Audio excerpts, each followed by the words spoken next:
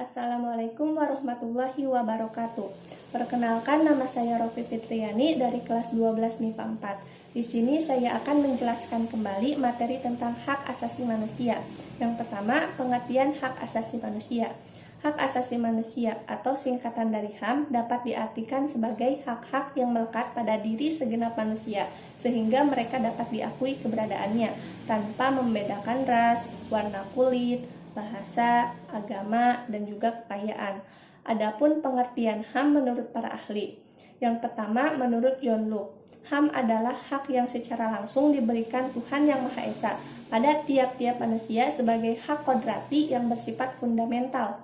Yang kedua, menurut Muladi, HAM merupakan hak pokok atau hak dasar yang sudah melekat pada diri manusia di dalam kehidupannya.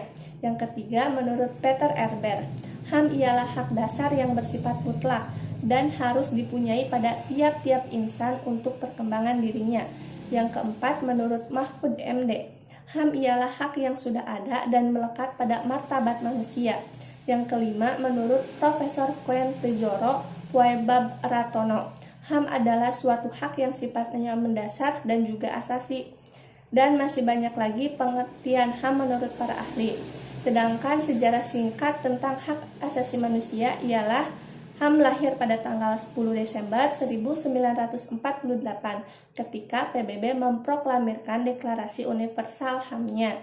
Sifatnya yang tidak dapat dihilangkan atau dikurangi oleh siapapun. Di dalamnya pun memuat 30 pasal. Adapun isi mukodimah Deklarasi Universal tentang HAM oleh PBB, yang pertama, pengakuan atas martabat dan hak-hak yang sama bagi semua manusia. Yang kedua, mengabaikan dan memandang rendah. HAM akan menimbulkan perbuatan yang tidak sesuai dengan hati nurani umat manusia. Yang ketiga, hak manusia perlu dilindungi oleh peraturan hukum. Yang keempat, persahabatan negara perlu dianjurkan. Yang kelima, memberikan hak yang sama bagi laki-laki dan perempuan. Yang keenam, adanya penghargaan terhadap pelaksanaannya HAM. Dan yang terakhir, yang ketujuh, memberikan hak dan kebebasan secara tepat dan benar. Adapun macam-macam hak asasi manusia. Ada hak asasi pribadi atau personal right, ada hak asasi politik atau political right, ada hak asasi hukum atau legal equality right, ada hak asasi ekonomi atau property right, ada hak asasi peradilan atau procedural right, ada hak asasi sosial budaya atau social culture right. Isi pasal 3-21 DUHAM tentang hak personal, hak legal, hak sipil dan politik diantaranya ialah hak untuk hidup, hak bebas dari perbudakan, hak bebas dari penyiksaan, hak memperoleh pengakuan hukum, hak bebas dari penangkapan, pertahanan ataupun pembuangan, hak untuk peradilan, hak untuk praduga tak bersalah, dan masih banyak lagi.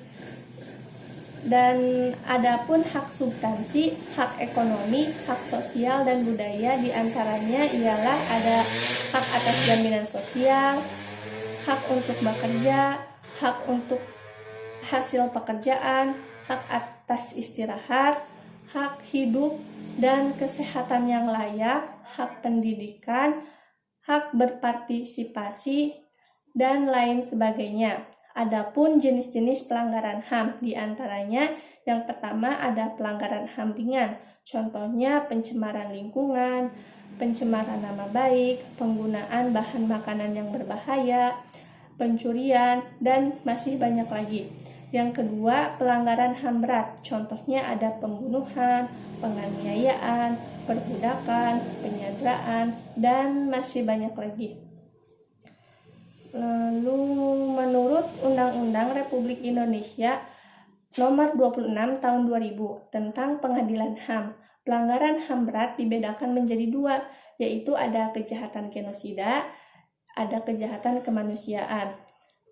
Dan yang terakhir yaitu contoh-contoh atau kasus pelanggaran HAM berat yang ada di Indonesia. Di antaranya yang pertama ada kerusuhan Tanjung Priuk yang terjadi pada tanggal 12 September 1948.